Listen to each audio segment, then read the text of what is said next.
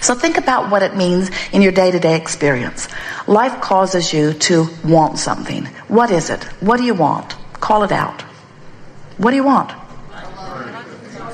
We hear that. Money. You want a lot of things. As you are asking for whatever it is, money.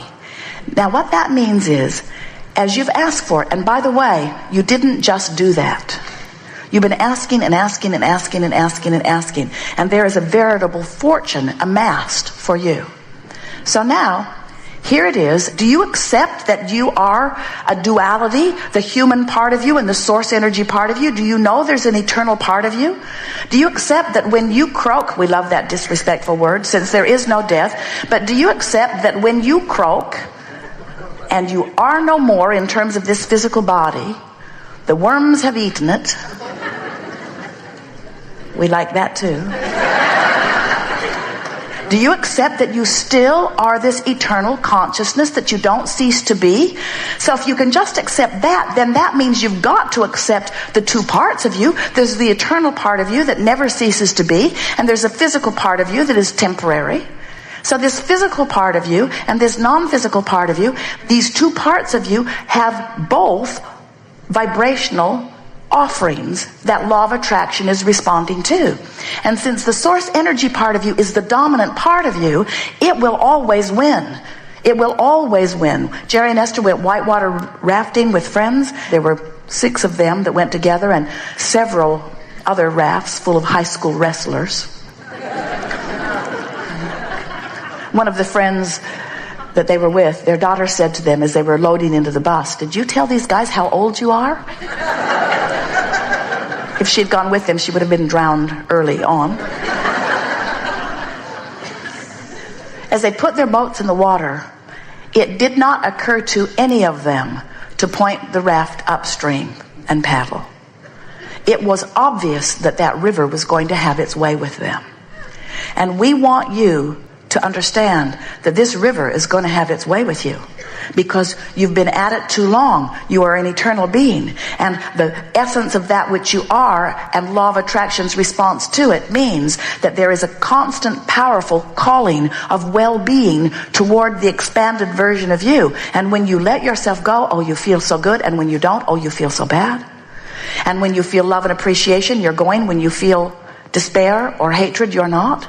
But do you know, and this is the most important thing that we want you to hear, if you are feeling despair, you can't all of a sudden, just because you want to or because somebody says you should, begin feeling love and appreciation.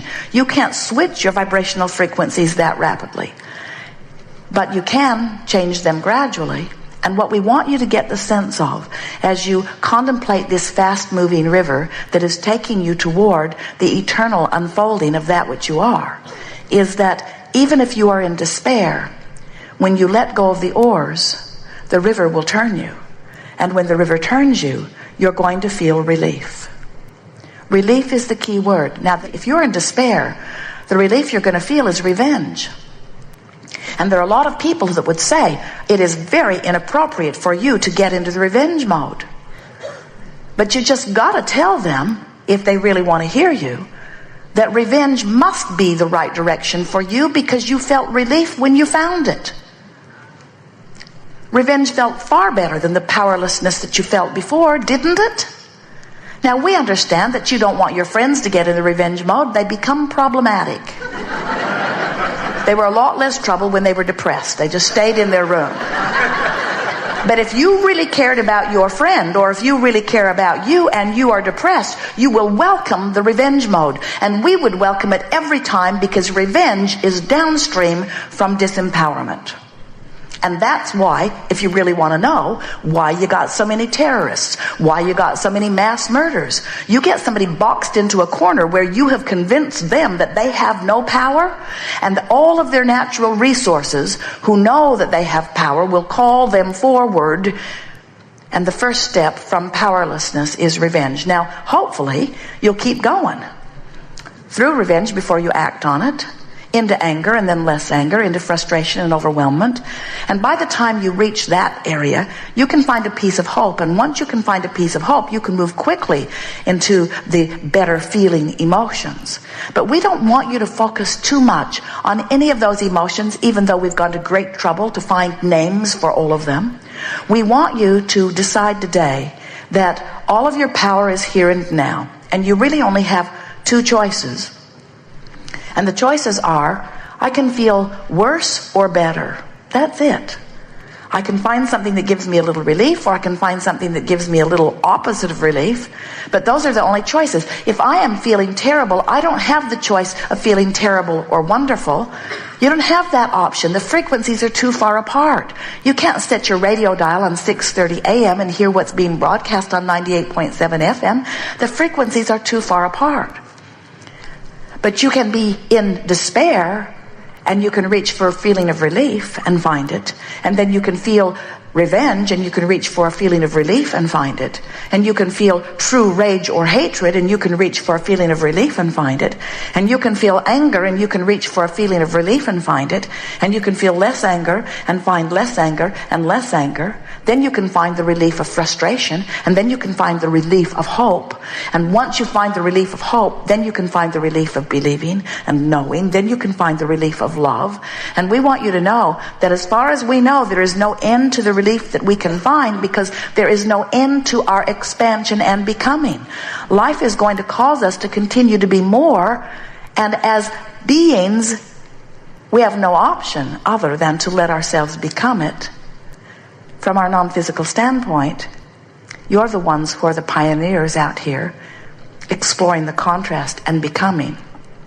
And it's very easy for us to ride your rockets, because we never got tied up in your conflict to begin with. But you, leading edge creators, who have been willing to explore the contrast, who have been willing to be the ones to evaluate the contrast, because if you don't know what you don't want, you cannot know what you do want.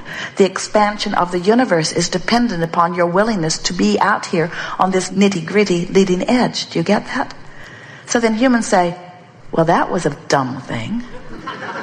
You're saying I was pure positive energy, and I deliberately exposed myself to this contrast for what?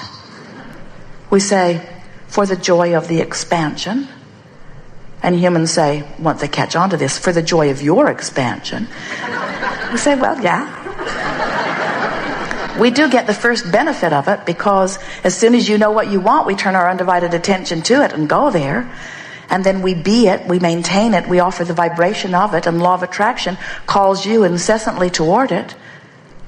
But it's you not going that causes your problem. Are you getting this picture? Are you getting how your life is what causes you to cause the stream to go faster, and whatever your focus is upon is what causes you to go with the stream or not? Do you know you've just heard clearly and understood for the most part how everything in your life or anyone else's ever works? Do you know you've just heard the whole picture of creation? And do you know that your only job ever has been to deal with your own vibrational gap between the dualities of the eternal you and the physically focused you? That's all you've ever been up to? Doesn't it give you some sort of relief to realize that you don't have to control your government in order to feel good? You don't have to control the terrorists. You don't have to control your children. Those little terrorists. Isn't it nice to know that you don't have to try to do the impossible anymore in order to feel good? Do you know that what you have always wanted, every desire that you hold, no matter what it is, whether it's for a pile of money or a material object or a state of being or a circumstance or an event, everything that you want, no matter what it is because you believe that in the having of it you will feel better. And do you know why you want to feel better? Because the larger part of you feels so good and is calling you eternally toward that better feeling. And that's why when you let yourself go, it's so easy to be pleasant, and when you don't, it's so easy to be ornery. If you saw someone in the street bleeding and writhing in pain, we know you would help them. But when you see ornery ones, especially terrorist ornery ones, you don't want to help them. You seem to want to hurt them. And what we want you to understand is the source energy of you is always calling you toward that love. And when you do other than that, you cause separation within yourself. So we know it's hard to hear. Esther said, Abraham, I'm sure I would feel better if you would agree with me that that person is wrong. I just know I would feel better. And we say, you would feel better because you're over here offering that vibration, and if you could get us to come over there and offer it with you, then there would be no discord, and it's the discord that feels so bad. But Esther, we love you very much. We said, we're not coming. Which means you've got an option. You can come or not. If you come to where we are, you will feel ever so much better. But Abraham, do you not see what I see? Not really. We do not look there with you. And the reason you are feeling so bad is because you're looking there. Look over here. Come over here. Come over here to who you really are. No. I don't want to go over there where you are. You are disgustingly happy. Because I'm sure I am right about this. I've been taught about morality and honesty and justice. I know what's right and I know what's wrong, and that's wrong. And I will never look at that is wrong and say that it is right. We're not asking you to look at something that's wrong and call it right. We're asking you to find something that's right and look at it. We're asking you to look at something that feels good and look at it. I don't want to look at something that feels good because this is what's active in my vibration. This is where I've got my attention now. And we say, we know. You have the option of coming this way or going that way. You are so free, you can choose bondage.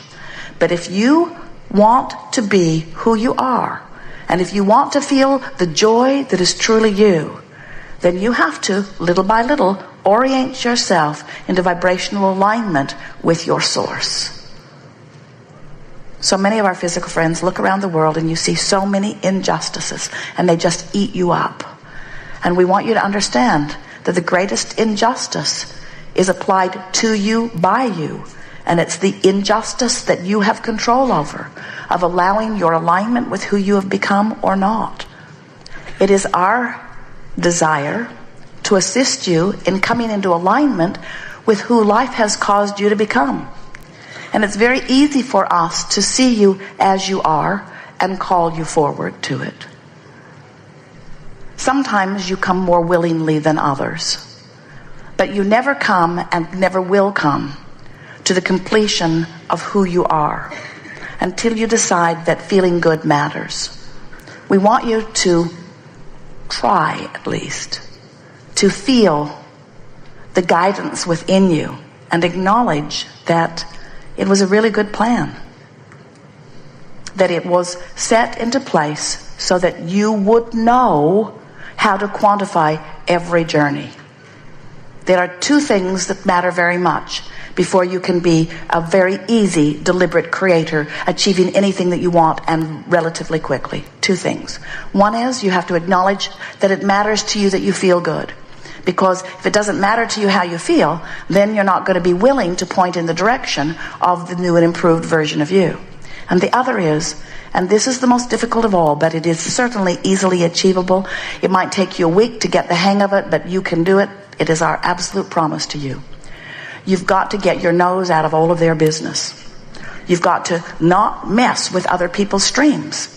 You've got to let what they want and what they're doing and the conditions that they are dealing with, you've got to let that be their business. And you must turn your undivided attention to managing your own vibrational gap. The gap between who I'm letting myself be right here, this red hot minute, based upon what I'm giving my attention to, and who my life has become through that which I lived before I was born and everything that I put into vibrational escrow since.